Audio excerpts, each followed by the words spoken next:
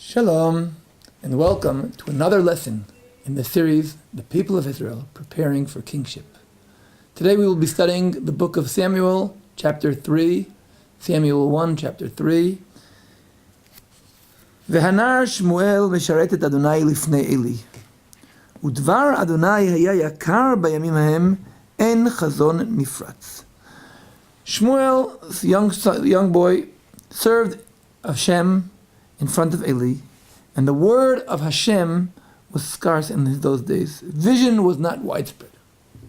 ויהי ביום ההוא, ואלי שוכב במקומו ועיניו החלו כהות לא יוכל לראות, ונר אלוהים טרם יכבה, ושמואל שוכב בהיכל אדוני אשר שם ארון האלוהים. We're talking about this day, actually it was not a day, it was a night, where Samuel was lying in his place, and Eli was lying there also. And his eyes began to dim, and he could not see. The lamp of Hashem had not yet gone out, but Samuel was lying there in the temple of Hashem where the ark was. And Hashem calls out, Samuel, Samuel, Shmuel, Shmuel. And Shmuel runs to Eli. He ran to Eli and he said, here I am, you called me. Hineni, ki karatali. And Eli says, no, I didn't call you. Go back and lie down. And again, Hashem calls out to Shmuel, Shmuel. And he runs to Eli and he says, here I am, because you called me. And he said, no, I didn't call you. Go back and lie down. And the third time it happens, Vayosef Adonai kro Shmuel bashlishit. Hashem calls out Shmuel the third time. And at the time, it says, the pasuk says, Ushmuel terem yada et Adonai, veterem yigale elav dvar Adonai. Shmuel had not yet known Hashem, and the word of Hashem had not yet been revealed to him. Eli understands that what's happening, and he understands that who's calling Shmuel is Hashem himself. And he says to Shmuel, go back, lie down, and if the voice comes out again, say, speak Hashem, because your servant is listening. Daber Adonai ki shomei avdecha. Vayelech Shmuel vayishkav bimkomo. He goes back and he lies down in his place, and Hashem says to him, and appears to him and calls him again, Shmuel, Shmuel, Samuel, Samuel. And Shmuel says, speak, because your servant is listening. This short story of Samuel lying, according to the verse, it says he's lying in the place of the ark. It's hard to believe that he was lying in the place of the ark. Actually, the verse 3, which says, V'ner Elohim terem yichbeh, u'Shmuel shochev behichal Adonai. The lamp of Hashem had not yet gone out, and Shmuel was lying down in the temple of Hashem, where the ark was. It would seem that the right way to read that verse would not be that Shmuel was lying down in the temple, but no, rather, the lamp of Hashem had not yet gone out in the temple of Hashem, where the ark of God was, and Samuel was lying. But the verse comes out reading as if that Samuel was lying in the house of Hashem, and it's quite obvious that Samuel was not lying in the house of Hashem, but what the prophet is trying to tell us is that Samuel, wherever he was lying, he was always feeling as if he was in the house of Hashem. He was always feeling the presence of Hashem no matter where he was. And this is what the concept of where Samuel was.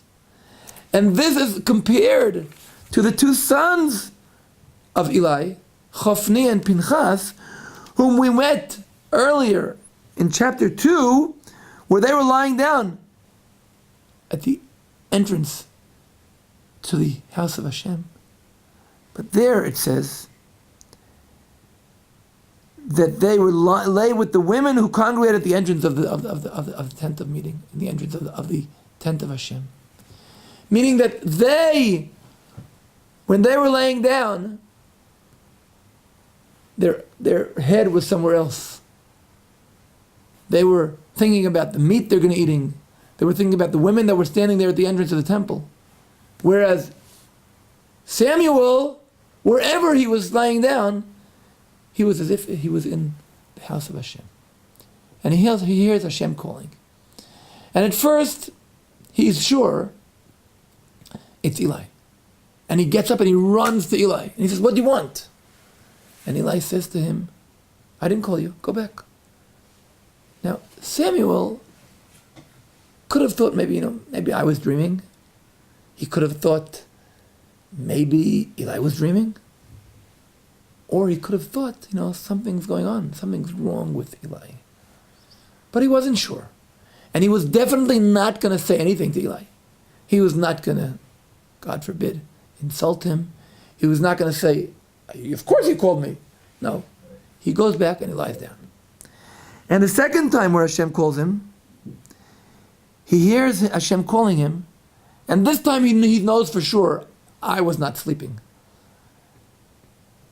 And he doesn't run to Eli. He gets up and says, the second time, in verse 6, where in verse 5 it says he ran to Eli, in verse 6 it says he got up and went to Eli. So he understands that something is going on here. But on the other hand, he's not going to take a chance to hurt Eli's feelings, because Samuel is exactly the opposite of the two sons of Eli. Actually, maybe even more than that. Samuel, who hears Eli calling, if Eli would need some kind of help, he wouldn't call Samuel. He should maybe even call one of two of his sons. But Samuel understands that the two sons of Eli are not there. Even if physically they're there, he is who's there. When Eli finally understands what's going on, and he tells Samuel, he says, listen, go back, lie down, and when Hashem says, talk, I am listening, say to Hashem, talk, Hashem, I am listening. Samuel, as a modest person, is still not going to refer to himself as a prophet. And he doesn't say, as Eli says to him, when you hear the voice again, say, Daber Adonai ki shomei avdecha, speak Hashem because I'm listening. And what Samuel says is, Daber ki shomei avdecha. He doesn't want to refer to himself as a prophet. If we take this story in the context of where we're standing right now, we're standing now at the end of the days of Shiloh, where the word of Hashem, the flame of Hashem, the lamp of Hashem is not yet gone out, but it's going out. Samuel is brought to the temple to change things, as we saw in the previous chapters, where his mother Hannah was not willing to accept the way the situation thing was. And Samuel was going to be the person who cares about the situation of the temple. People were not coming there because of what's going on there, because of the priests that were there. And Samuel was going to change that. And what Samuel hears, and this is what appears in this verse, in this chapter 3, again and again, he hears the word of Hashem. Dvar Hashem. This root, Dalet Bet Reish, Dvar, the word of Hashem, comes up again and again and again and again in this chapter. In verse 1, Udvar Adonai Haya Yakar, the word of Hashem was scarce in those days. It comes up again when it says that Hinei Anochi Osed Davar, I'm going to do such a thing. This is the word the prophet Hashem says to Samuel. When he finally speaks, he says, I'm going to do something.